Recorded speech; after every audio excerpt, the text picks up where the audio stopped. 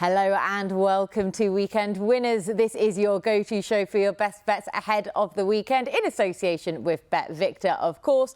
And this weekend, we're going to be looking at Haydock's feature race, which is the John O'Gaunt Stakes, before hot-footing it over to Royal Ascot, because we're going to be previewing 3 of the feature races from the Royal Meeting. That's the King's Stand, the Gold Cup, as well as the QEII Jubilee Stakes. And we've been reunited in the studio again because Declan Ricks is back with Sam Boswell and I. Declan, you survived another wedding.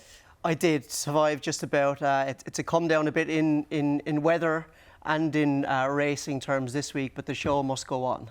Yeah, like you say, it's not the strongest of weekends, admittedly. That's why we've got more than half an eye on Royal Ascot this week, admittedly. Yeah. But Sam, there's still enough to go to war at, isn't there? And well done on Wednesday as well. The tune into Weekend Winners Handicap at Newbury. I trust you had a good day. Yep. Always a good day out when we sponsor, and I know a few of the At the Races staff were there and enjoying themselves, which is always good to see. And we go again after what was a difficult week last week, I think it's fair to say, but I'm really looking forward to seeing what we're going to be picking. Yeah, definitely so. And a reminder, as ever, to please do gamble responsibly, that our tips are not guaranteed to win, but we will still do our best to point you in the right direction anyway. And also a reminder to like and subscribe to the At the Races YouTube channel so you never miss an episode. Now, our first race is Haydock's feature, as we promised, the Group 3 John O'Gaunt Stakes. This is for 4-year-olds and over 7 furlongs at 3.35.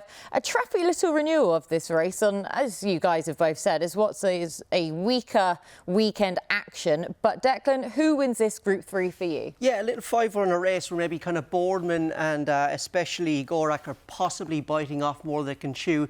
The favourite, the astrologist, is obviously an Aussie raider. Ryan Moore's going to ride, but he's got to carry a Group 3 penalty. And I'm just wondering, with El Caballo stepping back up in trip, is it going to be his time to shine again? You know, he never really struck me at any stage last season as an out-and-out 6-furlong horse. He usually jumps well from the gates, has good early pace, but then he never seems to travel in the middle part of his race. But he's got a wonderful ability to sustain a run. He's got a wonderful attitude as well when he's in top form. And I just think the combination of stepping back up to 7 furlongs in a race where he could potentially get an easy lead, I'm just hoping the 2 of those things will allow him to travel a little bit sweeter and bounce back to form. Look, absolutely no doubt he does have to bounce back, but he started this season at Doncaster at the opening fixture of the campaign, and the ground was just brutal. I think, you know, there's so many horses who ran poorly there that have bounced back. He's always been a good mover, a horse with a little bit of leg to him, so I think he'll be better again this year. I think he can bounce back, but again, we did a stable tour with Carl Burke at the start of the season on attheraces.com. Carl said he'd been working very well on the lead up to Haydock. He'd had a good spring, so I'm just willing to write off that the Doncaster on the ground. I think he's had a 70-day break, something like that, so Carl and his team have had plenty of time to freshen him back up. So yeah, I'm hoping El Caballo can bounce back. El Caballo then. Yeah, because it's a race where it is just full of questions, isn't it? And horses that have something to prove to some extent. El Caballo obviously has that question from last time out, but the ground completely went against him there. Should be back in his favour this time round. And Sam, I have a feeling you agree to an extent. I do. I can't be nearly as succinct as Declan there. But basically, to my mind, flicking through this race, I was really keen on El Caballo. I completely agree. Don't forget, that ground at Doncaster was heavy. That's what it was down as. Like, it's going to be the complete opposite here. That will really suit the horse. As for the favourite as well, this was one of my elements of wanting to back El Caballo over the favourite. The connection said afterwards at the York run, you know, he was entitled to need the run. I'm not disputing that, but I saw him in the parade ring. He looked pretty good to go, I thought, and I was incredibly disappointed. I expected a much better run from him. Maybe they're right and I'm wrong, but I thought El Caballo would set a really good standard here.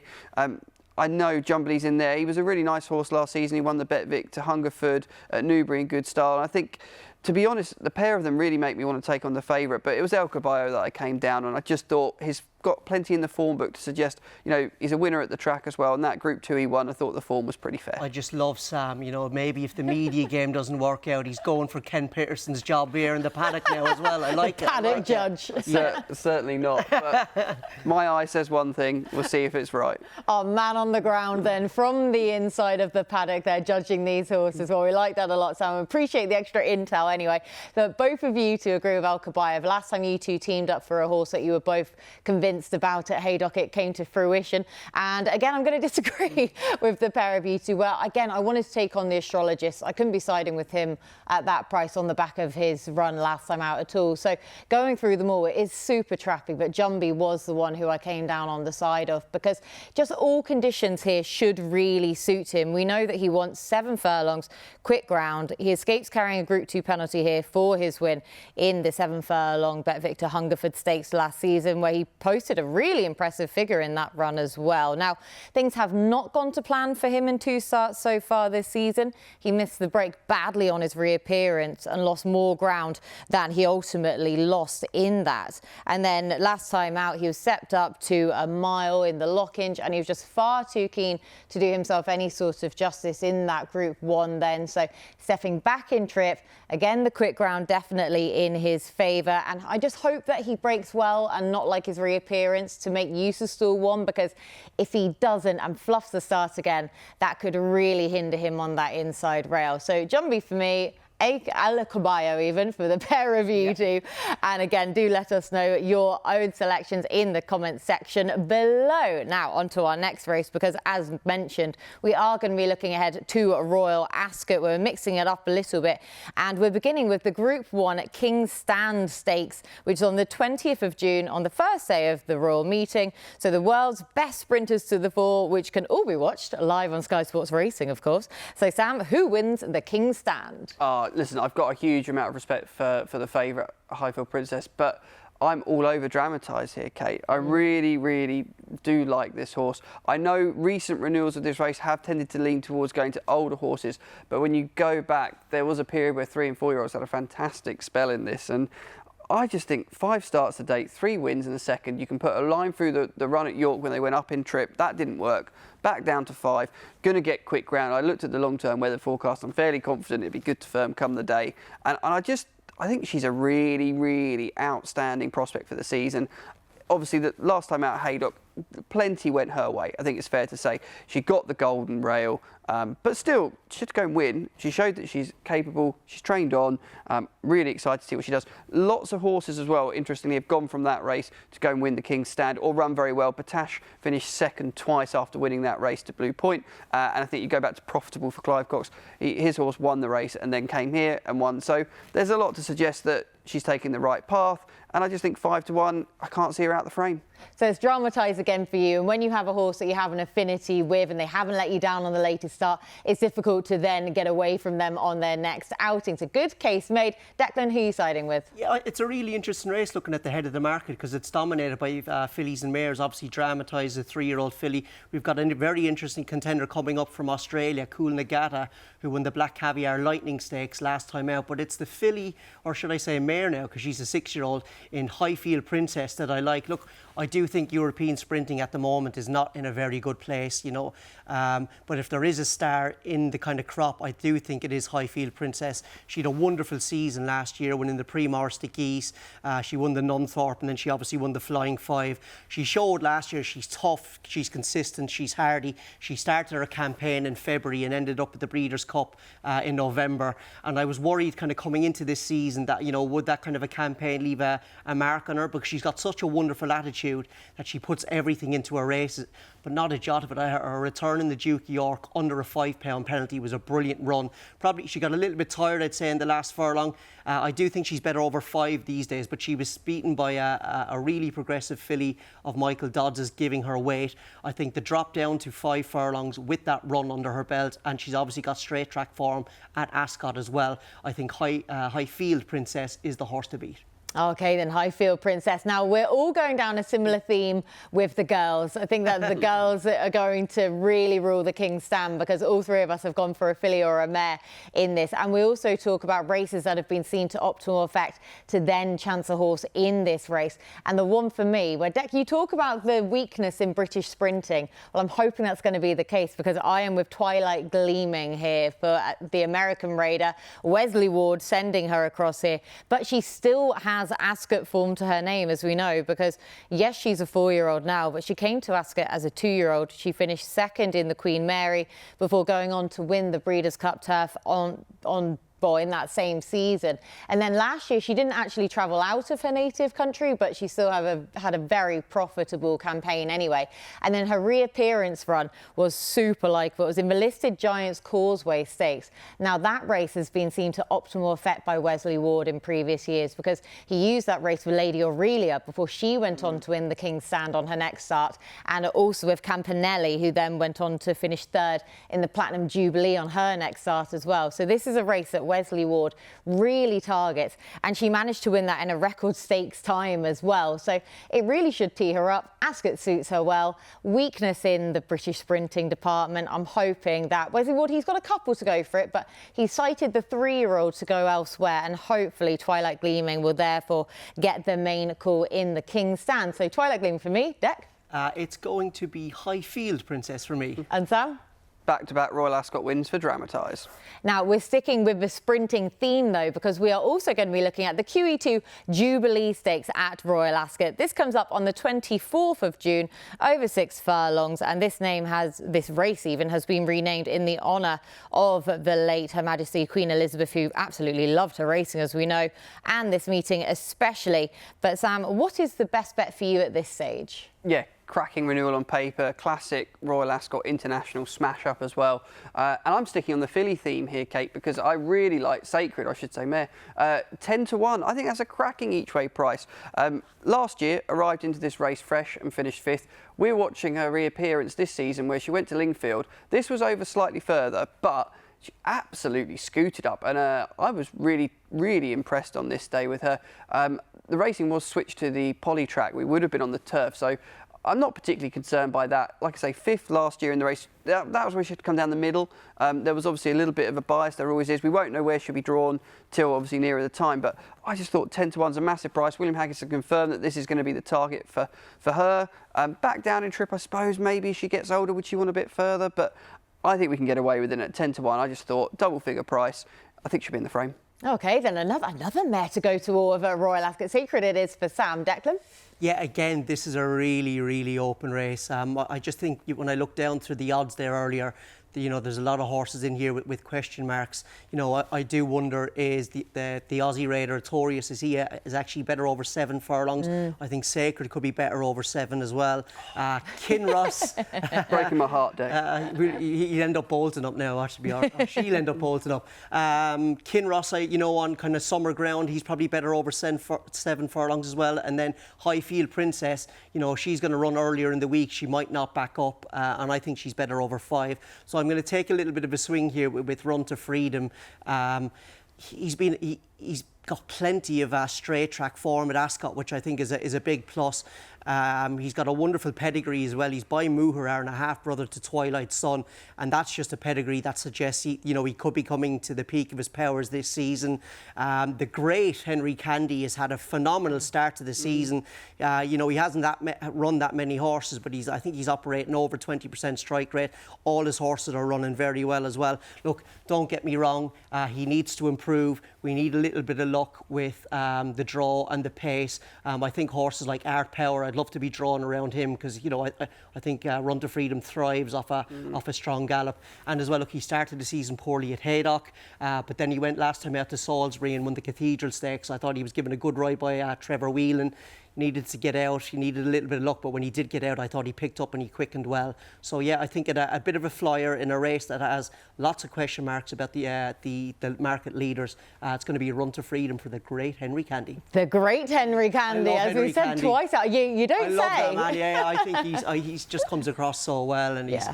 The more pessimistic I find Mr. Candy is about his horses, the better their chance. So I'm hoping he says the horse has no chance on the lead up to the race. So watch for just completely dismissive quotes for Run to Freedom on the build up to Royal Ascot, and you'll be absolutely piling in. Yes. Oh gosh, right now I'm sticking with the Ascot theme where we talk about Ascot form translating well. And you mentioned Kinross. He was a horse I was initially looking at here because, as you say, quicker ground.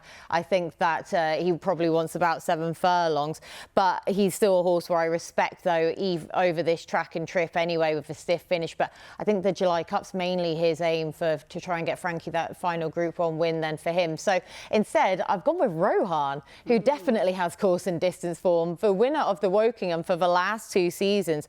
But he's been forced out of that because, of course, the Wokingham are 0 to 110 handicap. So he must run over the same course and distance, but in Group 1 company this time round. And he proved himself up to this class, though, when he finished 4th in the Group 1 Sprint Stakes at the end of last season, where he did best of the group on the far rail. He's 4 from 6 at Ascot, those 2 defeats coming when doing best of those on that far rail in the Sprint Stakes, and also in that same race last year where he bled. Now, he is 0 from 7 in Group 1 company, admittedly, but he just cannot be underestimated over his favourite course and distance. So Rohan, hopefully to prove himself up to this calibre, as you can see there. Declan has gone for a run to freedom at 25 to 1, and Sacred for Sam, the same price as Rohan for me. Now, we are looking at our final Royal Ascot race in this section, at least anyway. This is the Gold Cup, the Group 1 over 2 mile 4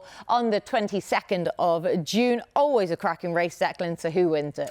Yeah, I'm going to nominate Coltrane as one of the most likeable horses in training. I've got such a soft spot for him. A bit like Highfield Princess, he had an excellent 2022. He was very busy. He actually won at Royal Ascot last year. He won the Ascot Stakes over at the staying trip, so we know he's going to stay. He won the Coral Marathon. He also won the Doncaster Cup, and then he was runner-up in the Chester Cup, that freak Longsdale Cup, and he was very unlucky, I thought, on British Champions Day to be second to Trushan in the Long Distance Cup. He just kept on getting better and better with every run last season, apart from that freak race at York at the Longsdale Cup, which was just, I think a complete lot, easy to forgive. What I liked about at the start of the season, he looked kind of gassy, maybe over-travelled, but as well as getting better, he started to grow up. He's tenacious, he's got a wonderful constitution, he's got a great attitude, and he had his career best effort last time out in the Sagaro Stakes at Ascot over the course. Now, look, I know beating Wise Eagle and a couple of those horses in behind isn't probably isn't Gold Cup winning form at Ascot, but he carried a big penalty that day, and those 2 horses came into the race in form. The third horse, Il Habib, I think was trained by Kevin Phillip at the Foix. He ran a very nice race in the Dubai Gold Cup where he didn't get the best of runs. So I think the form is very solid. And again, he just looks like he's improved again this season. It was a bit of a toss-up between a few in here at the price. I'd say 3 to 1 is bottom of the barrel in terms of an Antepost price. But he's just got that stamina in the bank, and he looks an improved horse again this season. So, yes, one for Harry Potter fans, I think, in Coltrane. Is it? Yes, didn't Robbie Coltrane play Hagrid? Yes. Yeah. Oh, right. I was thinking, I was like, where is the tenuous connection that we're going with here? Yeah. Like, I like to think of myself as a bit of a Harry Potter fan. Thankfully, Sam worked his own magic there and remembered. Oh, nicely done. Again, that was probably a better pun than the original one. But just to interject, sorry, Sam, because I'm with Coltrane as well, and Declan makes just a really solid case there throughout, so I'm not going to embellish it too much, but he is just the horse to beat. Now, admittedly, that the Gold Cup has just become more and more intriguing with every single week that has passed of the season so far, because at the start it did look as though we were going to be lacking a serious amount of staying firepower, but Coltrane has just remained the constant throughout that, where a lot of these horses, they still have the question over getting the trip in the Gold Cup, but rather than he certainly doesn't anyway, and he's done nothing to put me off of him this season at all, of course winning the Ascot Stakes last season, but he's just been a typical Andrew Balding horse where he's continued to improve with every single start, and I think he's better than ever. His reappearance run, as you say, Dec, in the Group 3 Sagaro Stakes was so impressive, and he just looked as though he had progressed from a 5 to a 6-year-old anyway, and for me his class is simply confirmed as well as his stamina. And one thing I did forget to say is I think Subjectivist could be the real key horse to him winning, because Joe Fanning's a wily old character, a brilliant jockey who's riding very well this season. He won't go a flat out gallop and set it up, but I think if Subjectivist is going to win, he needs to go a gallop, and I'm hoping Oisin Murphy can just tuck in behind him there and win the race, similar to how Subjectivist did a couple of seasons ago. Yeah, Subjectivist, he's a potential fly in the ointment in this race though, isn't he? But Sam, who are you siding with? I'm trying to conjure up a bit of a miracle. Oh, gosh. If we're going to stick with the I love this puns. theme. I kind of looked at this race a little bit differently. I went through the stats and trends, and if you take out some of the recent winners, 4-year-olds overall do have a really good recent record going back to 2012 in this.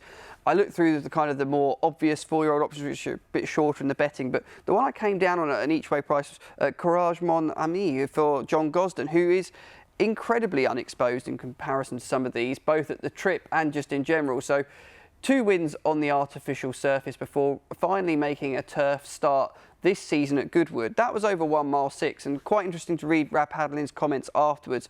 Very frustrated with the pace that was shown that day, and it turned into what was a bit of a sprint. And he said that this is a massive horse, and I saw him at Goodwood actually. He said there is a lot to him, and he's taken a bit of a while to kind of mature. And I think they kind of had to rush those 2 runs last season on the all-weather, but definitely really think he could be the type to relish this staying test. Now, obviously, going to have to see how he gets on, but the race at Goodwood he won was on good to firm. He clearly shows he handles it. The trip's a bit of an unknown, but there's plenty in the page to suggest he'll be absolutely fine over that slightly excessive over 2-mile trip. And I really, really like his chances at a bit of an each-way play to upset sort of some of the more obvious options here. And, you know, I wouldn't be John Gosden's first time at pulling a bit of a rabbit out of the hat. No. These are getting better by the second. It is Courage Mon Ami then for Sam at 10-1, and Coltrane for both Declan Bricks and for myself, as you can see up on the graphic there. Do let us know your own selections for the Gold Cup. As you can see from our selections, hopefully some spells for success. But next, we're going to be heading over to the Sky Pad, where hopefully we can conjure up some more magic for our best bets ahead of the weekend. Now it's time to reveal our best bets for the weekend or even beyond. And Declan, you are up first. Gracias.